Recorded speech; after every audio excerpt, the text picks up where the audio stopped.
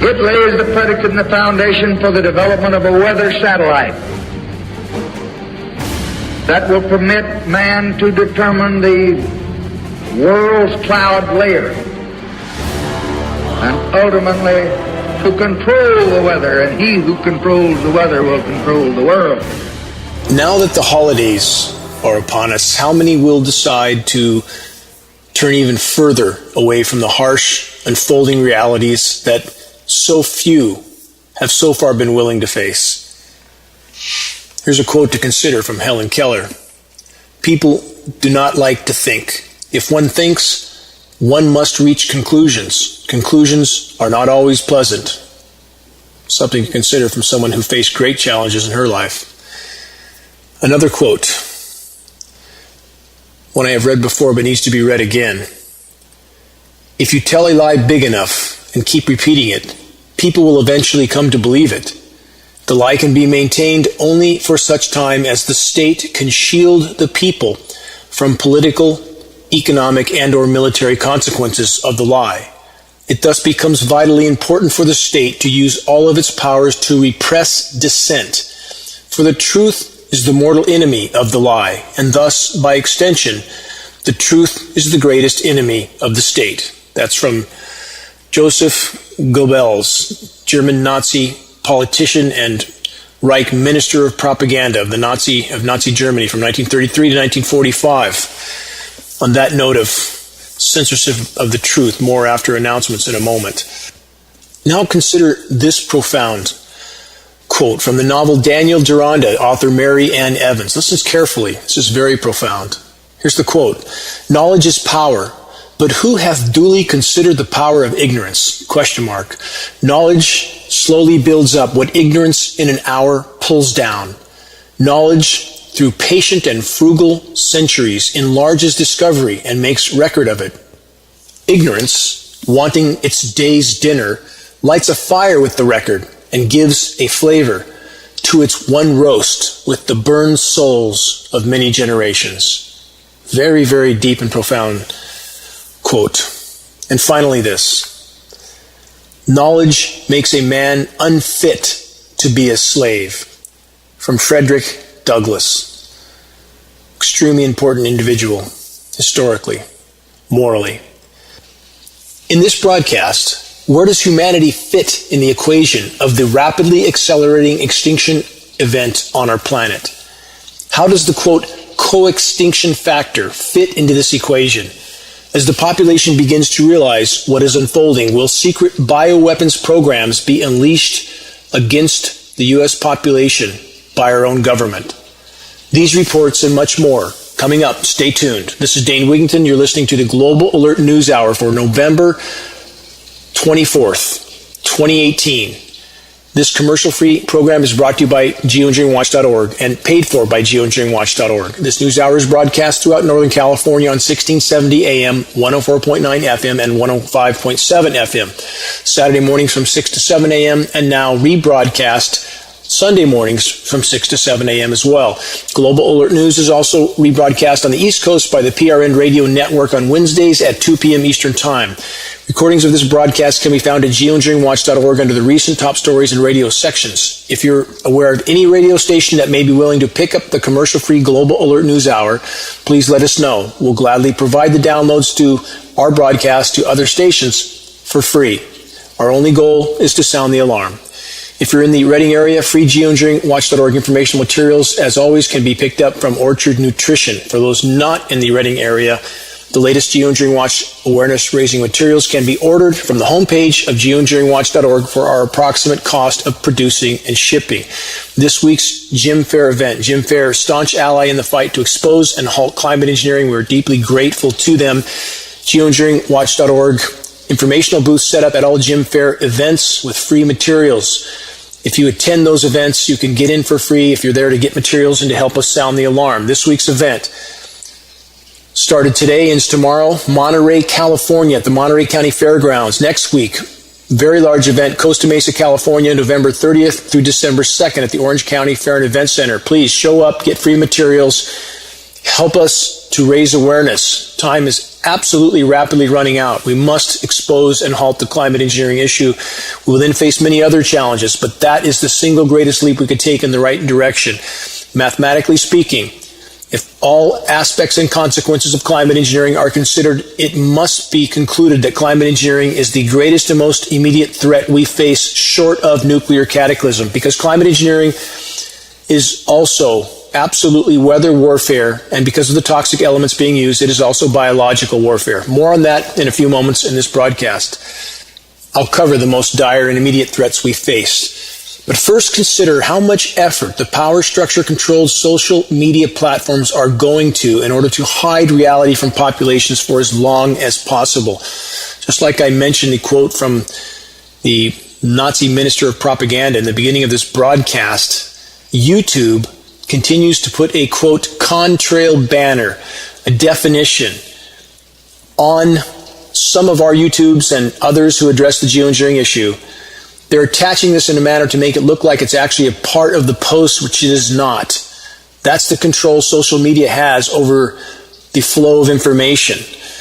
They put this on videos that address the geoengineering issue, a official false narrative definition of a contrail. And the contrail lie is perhaps the greatest lie ever perpetrated on populations, and it's continues to be propagated by social media by actually attaching it on our informational posts and making it look like a part of the post. It's this kind of Orwellian total censorship that is pushing us over the cliff.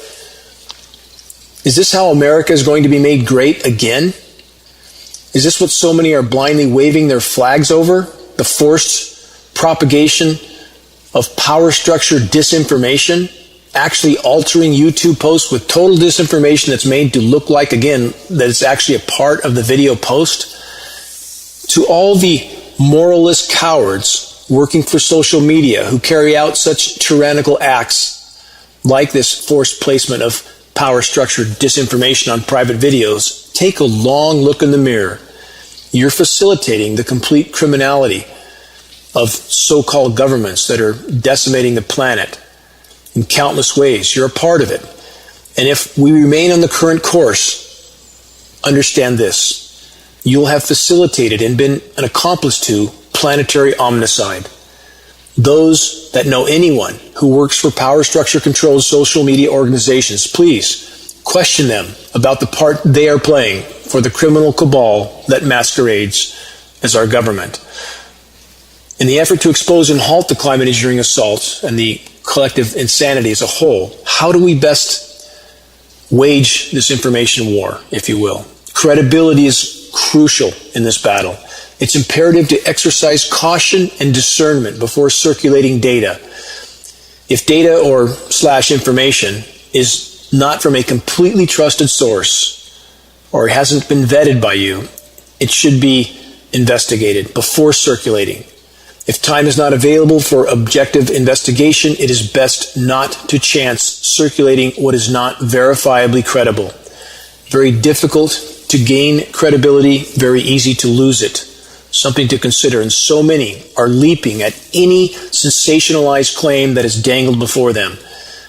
That is not the way we gain ground in this essential battle to expose and halt climate engineering and many other issues like the 9/11 false flag event and so forth.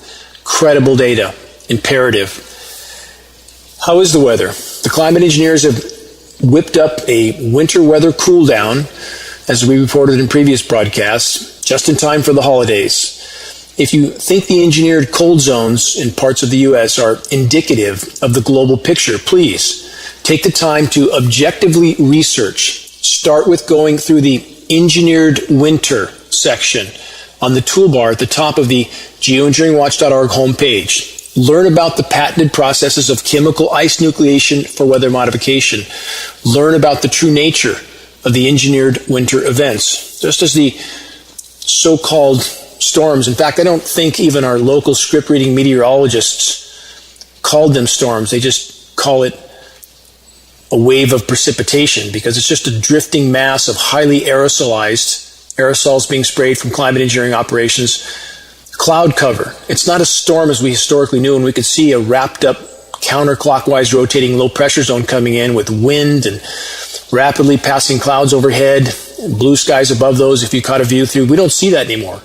What we see now is completely murky, dirty, filthy looking skies, aircraft trails everywhere, aerosolizing the incoming moisture. In this case, at the start of this so-called wave of precipitation last Wednesday, migrating much of that initial moisture right over the top of California. Why would they do that?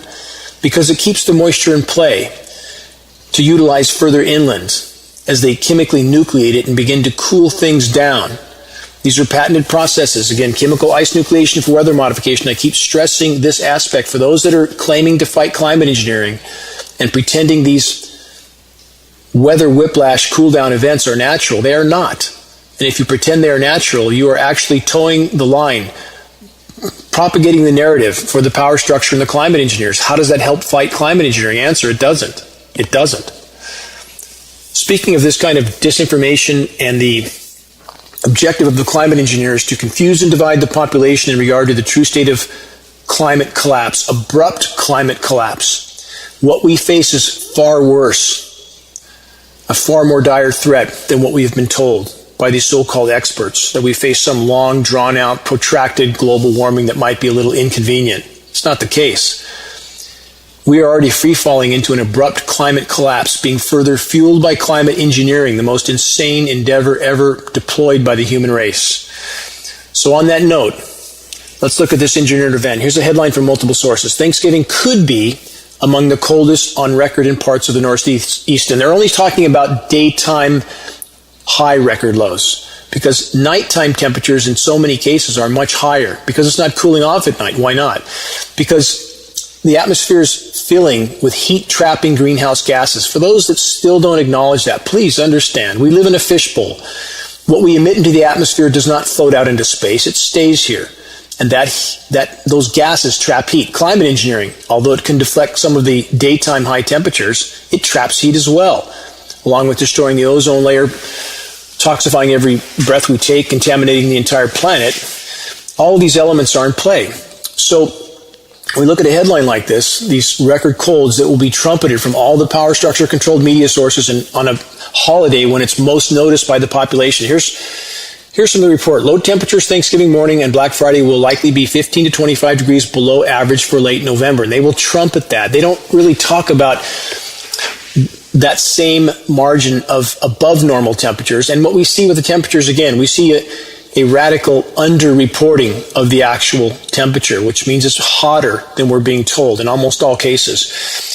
What do the disinformation sources and sites claim about the engineered cool down events? And this includes, again, so-called independent sources online who claim to be trying to expose the insanity, actually towing the narrative that the power structure and the climate engineers would want them to tow. Such sources claim that such events, though completely unnatural and engineered, are somehow signs of global cooling. Again, exactly the narrative the power structure and the climate engineers want. So many people I hear ranting and raving about the solar minimum, as if that's proof of global cooling, neither of which is true. Again, for the record, statistically, let's deal with facts and not ideology, not preconception, not bias. Let's deal with facts. Even the Maunder minimum, the large solar minimum that created the so-called mini ice age, that was 1/400th decline in the solar radiance, 0.025%, 1/400th. Human activity, including climate engineering, has totally overwhelmed that factor. We've just passed, again, I believe, the 404th consecutive month of above normal global temperatures. Where is the big cool down? No, it's only sections produced by the climate engineers, just like the eastern half of the North American continent right now, which, by the way, if we look at the whole global map of departure from normal high temperatures, we see one anomalously cold blue spot. Guess where? Eastern half of the North American continent. How is that indicative of the whole planet? Answer, it's not. It's not. So please, I'm asking people to deal with facts, not ideology, not preconception, not bias. And if you're here to help stop climate engineering, then acknowledge climate engineering. There's no legitimate discussion about the climate without discussing climate engineering first and foremost. No legitimate discussion about climate engineering without discussing chemical ice nucleation for weather modification. Now, we have many people with a vested interest in trying to deny the imploding environment. This goes to the highest levels of government. And I'll get to later in this broadcast, when does biological warfare come into play? And I would argue, of course, it already is. We have more than enough data to prove that. But how radical will that get, and how soon? Let's start with the subject of tyranny, the criminal lying from the current administration's Interior Secretary, Ryan Zinke. I've covered this again and again, but his lying continues because that's what his job is. The following headline this week was from Fox News, CNN, and many other sources. Here it is, again, yet again. Interior Secretary Ryan Zinke blames, quote, radical environmentalists for deadly California wildfires. From that report, Interior Secretary Ryan Zinke is blaming radical environmentalists, quote, that's his words, for the deadly California wildfires that have left dozens dead. We know we're at over, 80-something now. Saying they'd rather, quote, burn down the entire forest than cut a single tree, end quote, from Ryan Zinke. He said this during a press briefing via teleconference last Tuesday. Zinke addressed forest management concerns in the wake of devastating fires, saying that it is a situation that can, quote, absolutely be mitigated. Lie on top of lie on top of lie. First, my disdain for the, quote, radical environmentalists. How radical are any environmentalists, which includes all of the major environmental groups, that don't even address the single greatest environmental concern of all, climate engineering? They don't, and I've covered why. The unimaginably hypocritical environmental groups are afraid of losing their 501c3s, and all of their followers simply choose to believe if their chosen group or their chosen group leader doesn't acknowledge climate engineering, it doesn't exist, even though it's the single greatest and most destructive threat we face. Then we have the criminal government and Mr. Zinke blaming the California fires on the unwillingness to cut down a tree. And I've shown on video what a Ryan Zinke managed forest looks like. There's no forest left. Nothing. Even the living oaks that are supposed to be left according to law are spiked and killed and poisoned with chemicals. Look at the video I posted of a Ryan Zinke type managed forest at geoengineeringwatch.org. It's under the recent and top story sections. You can see that there's no forest left. And of course that won't burn. But how does that help us? No trees, no people. The fires are most directly related to climate engineering. Please research that. Climate engineering, cutting off the hydrological cycle, toxifying soils, destroying the ozone layer, producing more dry lightning, dropping an incendiary dust on the trees. That's the source of the fires. That's the single greatest source. And for those environmentalists that claim that's not true because they want to deny climate engineering and they claim it's only a result of global warming, that's not true either. That's not true. More rain on a warming planet, not less. We wouldn't have a destroyed ozone layer without climate engineering. We have unimaginable, willful blindness and hypocrisy on every side of the fence. It's truly, truly distressing that so few are willing to get over their ideology, to climb out of the ranks of their willful blindness and those that surround them that are also willfully blinded. Look at the facts. Look at the truth. That's all we've ever asked at geoengineeringwatch.org. Look at the data. We're a completely non-political site, and it's no different now as when other administrations, although this administration is worse. I have to tell the absolute truth. I mean, we are really at the bottom of the barrel. This is a no-holds-barred, gut the environment, loot, plunder, pillage till there's nothing left. Let's face it, that's the fact of the matter. It's amazing how many people still claim if Trump only knew, if he only knew, as if he doesn't know. And the same with people waving their Obama flag or their Clinton flag or whatever flag they want to wave. Or Bernie Sanders, what a paid loser he is as well. Bottom line is, it's all theater. It's all theater. I'll say it again and again and again. If you're on any side of the political fence, you're missing the point. You're missing the point, and you're caught up in the theater. While the proverbial house burns to the ground. Let's continue with headlines. From the UK Independent and other sources, this related report, swaths of Amazonian rainforest dying as trees failed to keep up with climate change. No mention of climate engineering, the elephant in the room again. But Mr. Zinke, what about the Amazon? Should we have gone in somehow and quote unquote manage the entire Amazon, and would that have fixed everything by cutting it all down? And I played last week again, the head of the California Professional Firefighters Association, 30-year firefighting veteran, also reiterating that the narrative that the forests are burning because of lack of forest management is total nonsense. It's not that forests shouldn't be managed. And when I have someone tell me, someone who's never been in the forest, tell me that I don't know what I'm talking about with that, I do take offense. I've grown up in the forest, as I've stated repeatedly. Father was an arborist. I've done 6 major cost share programs with forest or state and federal agencies, habitat restoration programs that I ran, that I supervised, restoring habitat, trying to restore lands that were horrifically damaged from logging to begin with.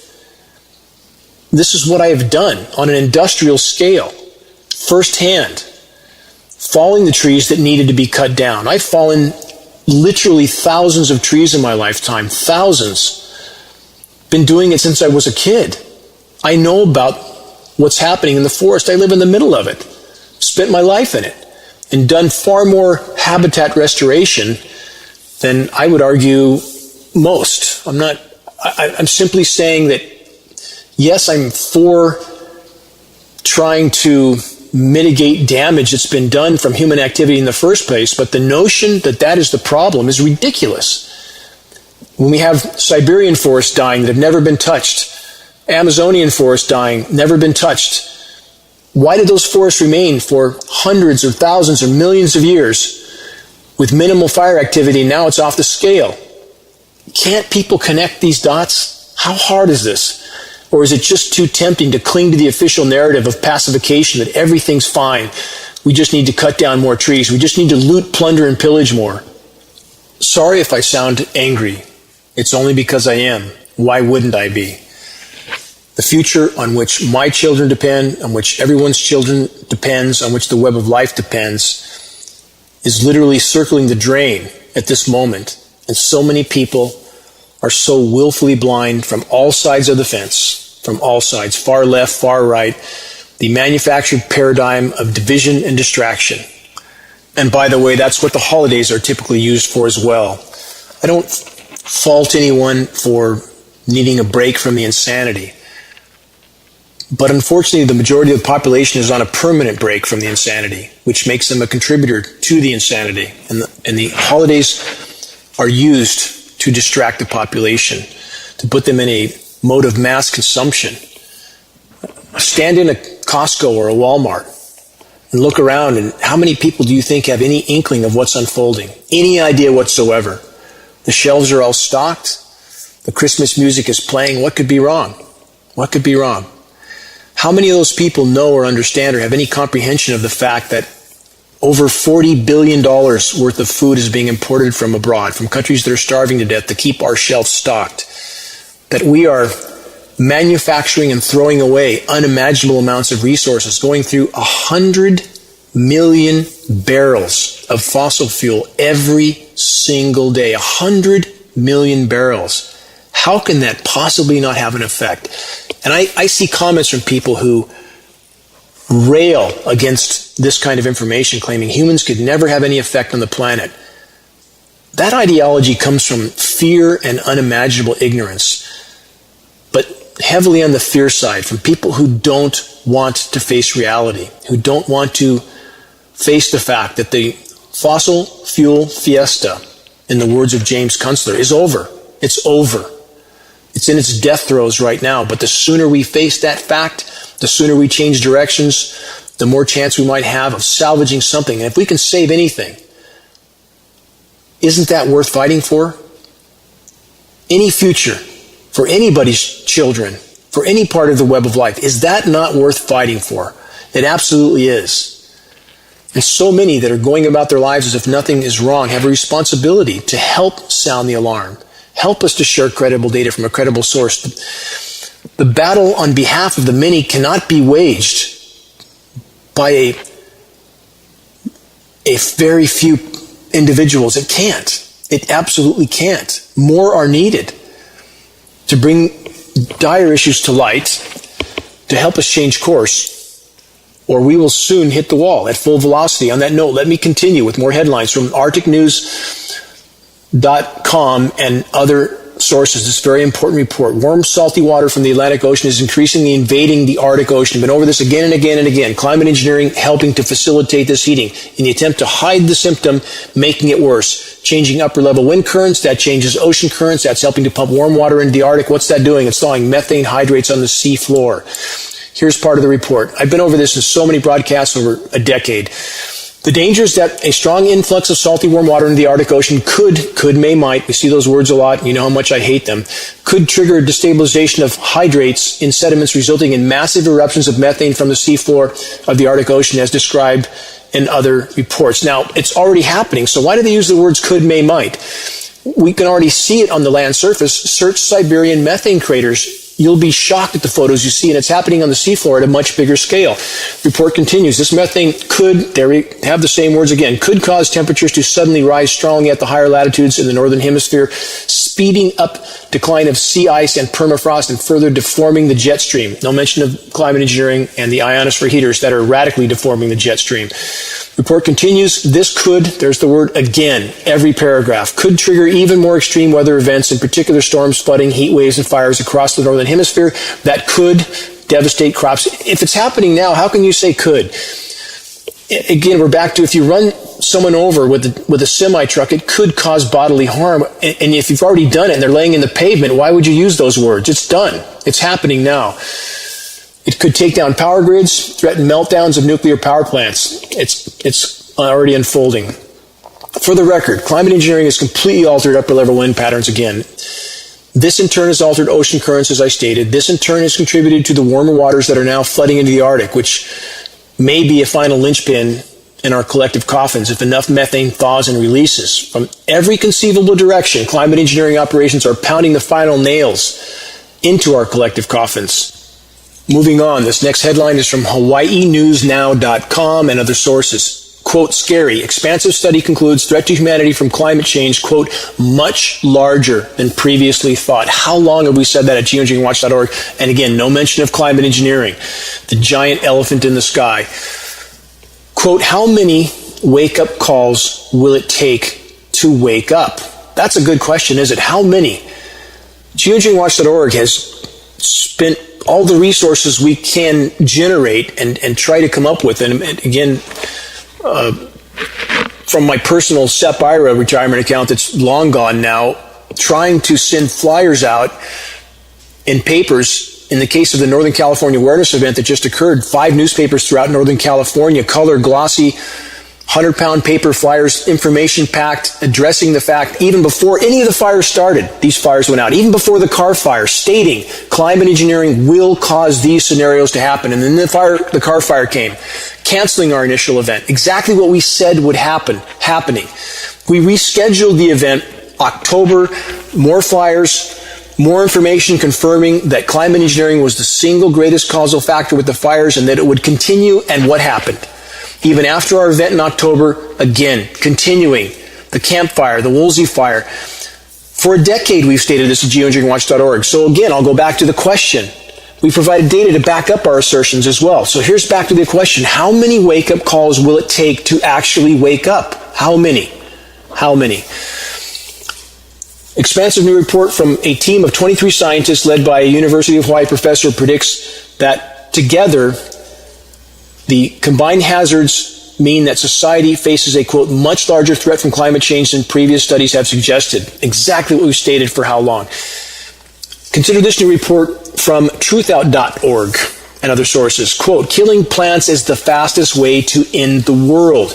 A recent study underscores how human-caused global warming could annihilate life through co-extinction. Remember that term, co-extinction? I'm going to elaborate that in a moment. Co-extinction of species, from Dar Jamal. I appreciate Dar Jamal's coverage of the climate. I regret that he has not shown the courage to address climate engineering, thinking that it is safer to just pretend it isn't happening. Dar, find the courage to please address climate engineering, because that is the single greatest causal factor for the die-off of foliage around the globe, toxifying soils and waters, destroying the ozone layer, and yet let's all just pretend it's just global warming. That is not the truth. Not denying global warming, but I'm saying there is an even bigger and more dire factor, and that's climate engineering. Please, authors like Dar Jamal, please address the full truth, not just a half-truth. There's either the full truth or there's something other than the truth. A boat doesn't float if it's mostly watertight, it sinks. Please, those journalists that claim to be addressing the truth, please tell the whole truth. Along this same theme, let's look at another report from multiple sources. Climate change, there's the words again, may cause mass extinctions. New report shows. If we have mass extinction right now, why is the may word in there? If we're losing species right now at 1.5 million% of normal, is that not mass extinction?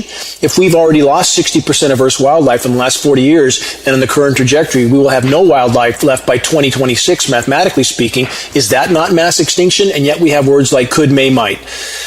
This is academia, the collective insanity, academia that has betrayed the human race and the entire web of life so far. I hope that changes. From this report, new research has found that extreme climate change risks an extinction effect that could annihilate all life on Earth. The worst case scenario is outlined in the journal Scientific Reports and describes how organisms die out because they depend on other doomed species in a process called coextinctions. Understand that term, coextinctions. Many will instinctively choose to root themselves even deeper in denial rather than to face such a dire report, which is in fact, it still falls short of the actual frontline reality. Denial won't save us. Only in fully facing the storm do we have any chance. Let's go straight to the source of this dire headline that I just covered. Carefully consider this new science study posted last week in nature.com and other sources. It is the final sentence of the study summary that desperately needs to be heard. Here's the title of the science study. Coextinctions annihilate planetary life during extreme environmental change. From the report, climate change and human activity are dooming species at an unprecedented rate via a plethora of direct and indirect, often synergistic mechanisms. Among these, primary extinctions driven by environmental change could be just the tip of an enormous extinction iceberg. As our understanding of the importance of ecological interactions in shaping ecosystems identity advances, it is becoming clearer how the disappearance of consumers following the depletion of their resources, a process known as co-extinction. It is more likely the major driver of biodiversity loss. Although general relevance of co-extinction is supported by a sound and robust theoretical background, the challenges of obtaining empirical information about ongoing and past co-extinction events is complicated. Now listen carefully. Ecological dependencies amplify the direct effects of environmental change on the collapse of planetary diversity by up to 10 times. What does that mean? It means a chain reaction, codependency. When one species dies out, every species that depended on that species also dies out, and so on. All the way down the chain. That's what's happening. That's what I've stressed for so many years. The equation is completely non-linear and accelerating by the day. And we are a part of the co-extinction scenario, the human race. We depend on a functional environment, on functional habitat. No environment, no habitat, no people. Period. Period. Now consider, on top of all that I just covered, the unimaginably destructive and highly toxic climate engineering weather warfare assault, which will be the final nail, as I stated in our collective coffins, if it's not immediately exposed and halted. This is the single greatest assault on the web of life, man's attempt to play God with the weather. What unimaginable hubris and arrogance in a population that, although they can see it with their own eyes, and should easily be able to rationally conclude something horrific is going on above our heads, choose to believe the official lies. The more the lie is repeated, the more it's believed. The bigger the lie, the more it's believed. Just as the Nazi minister of propaganda stated that I covered in the beginning of this broadcast. And they choose to go on about their lives with their iPhones and holiday music and pretend nothing is wrong, while we hurtle over the edge of the cliff. In regard to co-extinction, unfortunately, the vast majority of society is, again, still trying to convince themselves that our fate will somehow turn out differently than the fate of the environment. That couldn't be further from the truth. How many of us are doing our best to sound the alarm? I hear responses like this: it's just doom and gloom. Everything will be fine. Here is my answer to any that would respond in such a way. Such denial, again, won't save you, and very soon denial will be completely shattered. Consider this headline report from pressinza.com and other sources. Quote, human extinction by 2026, question mark. A last-ditch strategy to fight for human survival. This is the conclusion from the report. The evidence in relation to destruction of Earth's biosphere, leading to ongoing and rapid degradation of all ecosystems and their services, is readily available and overwhelming. The many and varied forms of destruction are having a synergistic impact, i.e., extremely nonlinear. Continuing, there is a notable group of prominent climate scientists who present compelling evidence that human extinction will occur by 2026 as a result of projected 10 degrees Celsius increase in global temperatures above the pre-industrial level by this date. The primary document for this, with the evidence it cites, is readily available to be read and analyzed by anyone willing to do so.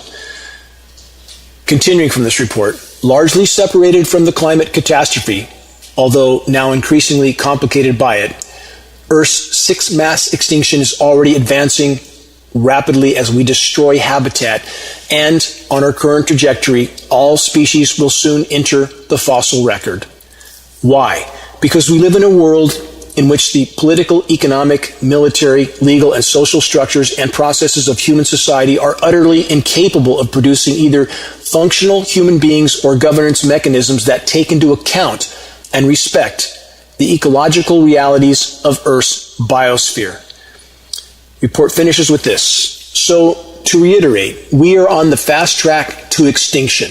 On the current trajectory, assuming we can avert nuclear war, sometime between 2021 and 2026, the last human will take their final breath. These are not my words. This is from a scientific report. I want that understood. This is what we have said for so many years. If you see a car heading 100 miles an hour into a concrete wall and it's 10 feet from impact, you know it's going to hit. There's no ifs, ands, or buts. There's no could, may, might. It's going to hit. No matter how hard you try to depress the brakes at that point, it doesn't matter. Though you can't know where all the parts and pieces will fly, you know impact is there. If you crash through the guardrail, and we already have, you know you're going to go through the bottom of the canyon. And yet, as I've given the example so many times, that's the analogy of the human race. Occupants of a car that's crashed through the guardrail, plummeting through the air toward the bottom of the canyon, and the occupants are fighting over what station to put the radio on.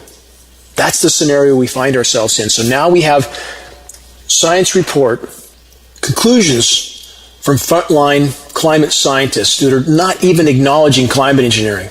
And still the report is this dire. And knowing the report is this dire, knowing that power structures do whatever they want, who could rationally believe that they wouldn't engage in climate engineering to retain their power and to hide the gravity of what's unfolding from the population for as long as possible by engineering chemically nucleated cooldowns, patented processes of chemically nucleated cooldowns that the Chinese government openly announced they did. Challenge anyone to look that up. Search Chinese scientists create artificial snowstorm. Fox News Popular Science covered it. I repeat this again and again and again. I'll continue to do so until people hopefully actually investigate, dump their bias, preconception, and ideology, and face the truth and help us to sound the alarm while we still have something left to salvage.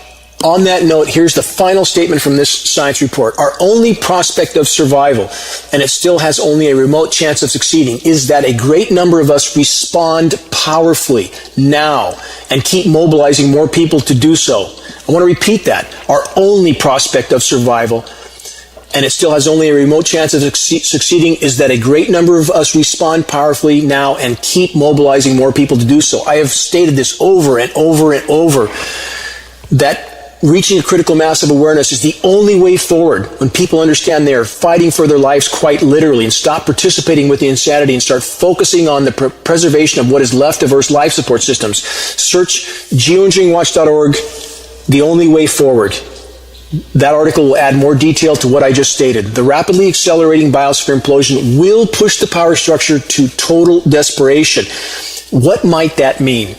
It could and likely will mean many things. Many cards will be played by the dying empire, the biggest of which is the United States of America. Most will not see the connection, but it is verifiably there on countless fronts. What happens to those who dare to try and expose the truth about government criminality? Let's ask that question. Consider this headline from the Duran.com and other sources. Quote, Trump quietly orders elimination of Assange, Julian Assange. From that report, the destruction of Assange has clearly been arranged for at the highest levels of the U.S. government, just as the destruction of Jamal Khashoggi was by the Saudi Arabian government. On June 28th, the Washington Examiner headlined, quote, Pence pressed Ecuadorian president on country's protection of Julian Assange and reported that Vice President Mike Pence discussed the asylum status of Julian Assange during a meeting with Ecuador's leader following pressure from Senate Democrats who have voiced concerns over the country's protection of the WikiLeaks founder. Pence had been given this assignment by U.S. President Donald Trump. By contrast, how are convicted criminals treated by the highest levels of the regime that masquerades as the U.S. government? If they're trying so hard to get rid of Julian Assange for his courageous attempt to expose the truth. Consider this. Scooter Libby, who had arranged for the smearing of Valerie Plame, who had tried to prevent the illegal and deceit-based 2003 invasion of Iraq, was sentenced to 30 months in prison but never spent even a day in prison. And U.S. President Trump finally went so far as to grant him, Scooter Libby, a complete pardon on the 13th of April 2018. The carefully researched docudrama Fair Game covered well the Plame incident. Libby had overseen the career destruction of a courageous CIA agent, Plame, who had done the right thing and gotten fired for it. And Trump pardoned Libby, thus retroactively endorsing the lie-based invasion of Iraq in 2003. By contrast, the president is determined to get Julian Assange killed or otherwise eliminated. And even Democrats in Congress are pushing for him, i.e. Trump, to get that done. Why is that a surprise? Again, they are two sides of the same coin. The new president of Ecuador is doing their bidding, a puppet government of the U.S., so many around the world. Without pressure from the U.S. government, Assange would already be a free man. Thus, either Assange will die, i.e. be murdered, soon inside the embassy, or else he'll disappear and be smeared in the press under U.S. control. And of course, this is being done in such a way that no one will be prosecuted for the murder or false imprisonment. Just like the Saudi situation with the murder that just occurred, dictated by the Saudi government. And what do we see our government, our president stating? Saudis are our friends. They buy a lot of weapons. We need their oil. Who cares? Everything's fine. That's what it's about. It's not freedom or democracy. It's about power and control. And make no mistake, it always has been. Not just this administration, but so many before it. Obama, Clinton's, Bush's, and the rest. From the report, Trump had promised to, quote, clean the swamp. But as soon as he was elected, he abandoned that pretense. And as president, he has been bipartisan on that matter, to hide the crimes of the bipartisan U.S. government. And he is remarkably similar in policy to his immediate predecessors, whom he had severely criticized while he was running for the presidency. Mr. Trump, why haven't you put Hillary Clinton in jail where she belongs? Because you never intended to, ever. Again, let's please disconnect from the whole political theater and focus on the fact that our planet is going down in flames, and what will the power structure do as that unfolds? To be clear, the halls of our so-called government are filled with criminals. The political stripe they wear does not matter. All are part of the crime syndicate masquerading as a legitimate government. What cards will the power structure play as the walls close in and they run out of options? What part will biological warfare play in the unfolding collapse? Follow me through with these series of headlines. Connect the dots. First, this from multiple sources. Democratic Republic of Congo's current Ebola outbreak, worst in country's history, officials say. Ebola virus disease, which causes an often fatal type of hemorrhagic fever. The current Ebola outbreak in the eastern part of the Democratic Republic of Congo is the worst in the country's recorded history. Haven't heard much about that in the news, have we? Let's just sing jingle bells as we go shopping. Question: are the Ebola outbreaks just an act of nature, or is there much more to the story? Read my first book about Ebola 36 years ago. My research started there. Now let's consider the critical new report vaccineimpact.com on a cataclysm that occurred in the U.S. 100 years ago. Did a vaccine experiment on U.S. soldiers cause the Spanish flu? The 1918 bacterial vaccine experiment may have killed 50 to 100 million people. Summary. The reason modern technology has not been able to pinpoint the killer influenza strain, this is all related, so please follow me through. From this pandemic, the Spanish flu, is because influenza was not the killer. More soldiers died during World War I from this disease than from bullets. The pandemic was not flu. An estimated 95% or higher of the deaths were caused by bacterial pneumonia, not influenza. The pandemic was not Spanish. The first cases of bacterial pneumonia in 1918 traced back to a military base in Fort Riley, Kansas. From January 21 through June 4th, 1918, an experimental bacterial meningitis vaccine cultured in horses by the Rockefeller Institute for Medical Research in New York was injected into soldiers at Fort Riley. Next, during the remainder of 1918, as those soldiers, often living and traveling under poor sanitary conditions, were sent to Europe to fight, they spread bacteria at every stop between Kansas and the frontline trenches in France. Next, one study described soldiers with active infections who were, quote, aerosolizing the bacteria that colonized their noses and throats, while others, often in the same breathing spaces, were profoundly susceptible to the invasion and rapid spread through their lungs by their own or others colonizing bacteria. Next, the Spanish flu attacked healthy people in their prime. Bacterial pneumonia attacks people in their prime.